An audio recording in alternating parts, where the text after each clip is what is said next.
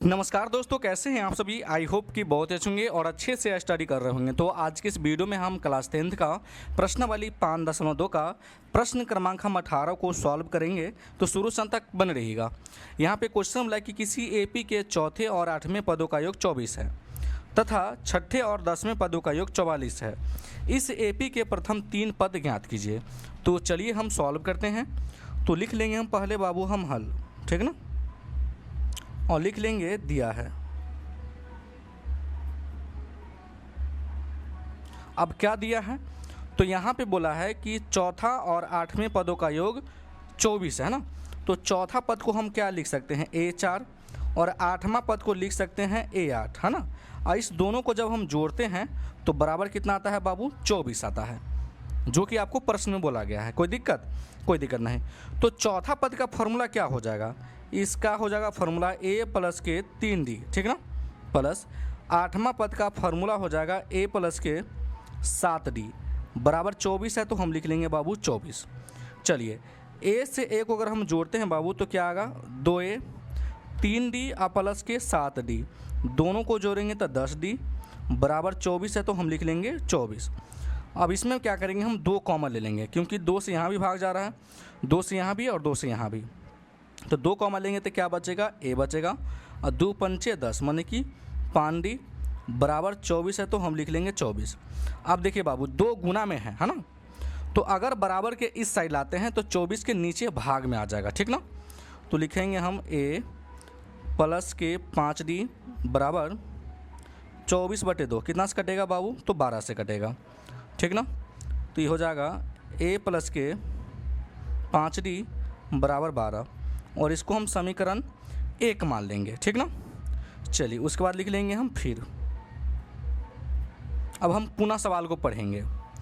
तो आपको सवाल में पुनः बोला है छठे और 10वें पदों का योग 44 है, ठीक ना। तो छठा हम लिख लेंगे, छठा पद को क्या लिखेंगे हम, A6 पहले, और 10वां पद को क्या लिखेंगे हम, A10। और इस दोनों को जब हम जोड़ते हैं तो कितना आता है बाबू, तो 44 आता है। कोई दिक्कत नहीं। तो छठा पद का फॉर्मूला क्या हो जाएगा, इसका फॉर्मूला हो जाएगा A प्लस के 5D, और 10वां पद का फॉर्मूला हो जाएगा A प्लस के 9D बराबर 44 है। तो हम लिख लेंगे बाबू 44। A और A को जोड़ेंगे तो क्या हो जाएगा, 2A 5D और 9D दोनों को जोड़ेंगे तो क्या हो जाएगा, 14D बराबर 44 है। तो हम लिख लेंगे 44। अब 2 यहाँ से भाग जा रहा है, 2 यहाँ भी जो भाग जा रहा है ना, 2 कॉमन लेंगे तो बचेगा A, और 2 सत्ते 14D है ना, 7D हो जाएगा, और बराबर 44 है। तो हम लिख लेंगे 44। अब देखिए 2 गुना में है तो बराबर के इस साइड लाएंगे तो 44 के नीचे आ जाएगा, है ना।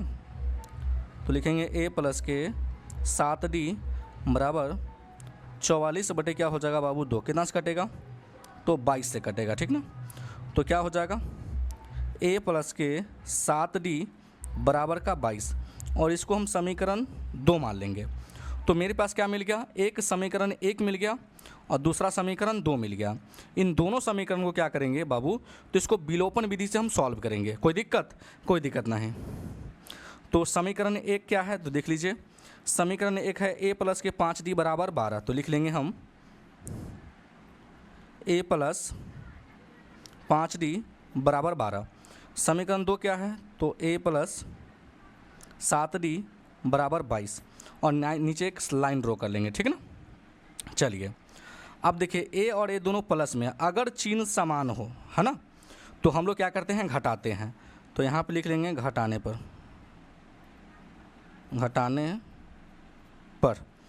अब देखिए प्लस में है वो माइनस में आ जाएगा, ये भी प्लस में तो माइनस में, ये भी प्लस में तो माइनस में, एक प्लस में एक माइनस में कट गया, है ना। चलिए माइनस के 7D में से अगर 5D घट जाएगा तो ये आ जाएगा माइनस का 2D। चलिए 12 में से 22 घटाना है तो ये तो माइनस में है, तो 22 में से अगर 12 घटेगा तो बाबू आ जाएगा आपका 10, ठीक ना। बड़ी संख्या माइनस में है तो इसको आगे माइनस लगा दीजिए। तो माइनस माइनस प्लस D बराबर हो जाएगा 10/2, कितना से कटेगा बाबू, 5 से, इसलिए D का जो मान आ गया बाबू 5 आ गया। कोई दिक्कत यहाँ तक, कोई दिक्कत नहीं। अब हम क्या करेंगे बाबू, D का मान समीकरण 1 में रख दीजिए या तो 2 में रख दीजिए। तो यहाँ पे हम लिख लेंगे कि D का मान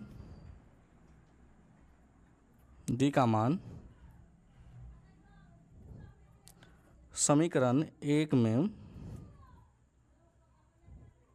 रखने पर समीकरण 1 क्या है? तो समीकरण 1 है a प्लस के 5d बराबर 12। तो लिखेंगे a प्लस के 5 गुने ये हो जाएगा 5 और बराबर 12।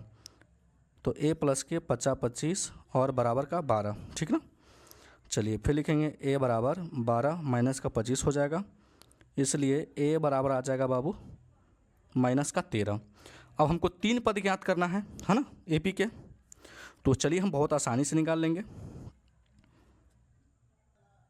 तो यहाँ पे लिख लेंगे बाबू हम प्रथम पद।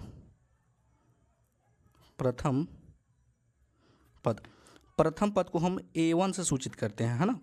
अब इसको A1 बोलिए या A बोलिए, बात होते हुए है। तो A1 का मान कितना है बाबू? तो आपका माइनस का 13 आया है। तो प्रथम पद निकल गया। चलिए अब हम निकालेंगे द्वितीय पद।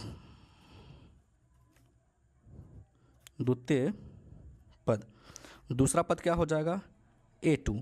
अब दूसरा पद का फॉर्मूला होता है A प्लस के D। तो आपका A का मान कितना है बाबू? तो A का मान है माइनस का 13 और D का मान आपका निकला था 5। तो अगर माइनस 13 में से अगर 5 जाएगा तो कितना हो जाएगा बाबू? माइनस का 8 आ जाएगा। कोई दिक्कत यहाँ तक? कोई दिक्कत नहीं। उसके बाद हम तृतीय पद निकालेंगे, ठीक ना। तृतीय पद को हम लोग A3 से सूचित करते हैं और इसका फॉर्मूला होता है A प्लस के 2D। A का मान आपका कितना है बाबू? तो A का मान है माइनस का आपका कितना है बाबू? तो 13 और 2 गुने D का मान है 5। तो माइनस 13 5 दूनी 10, घटेगा तो कितना आ जाएगा बाबू? माइनस का 3 आ जाएगा। तो हम लोग क्या किए बाबू? 3 पद को ज्ञात कर लिया।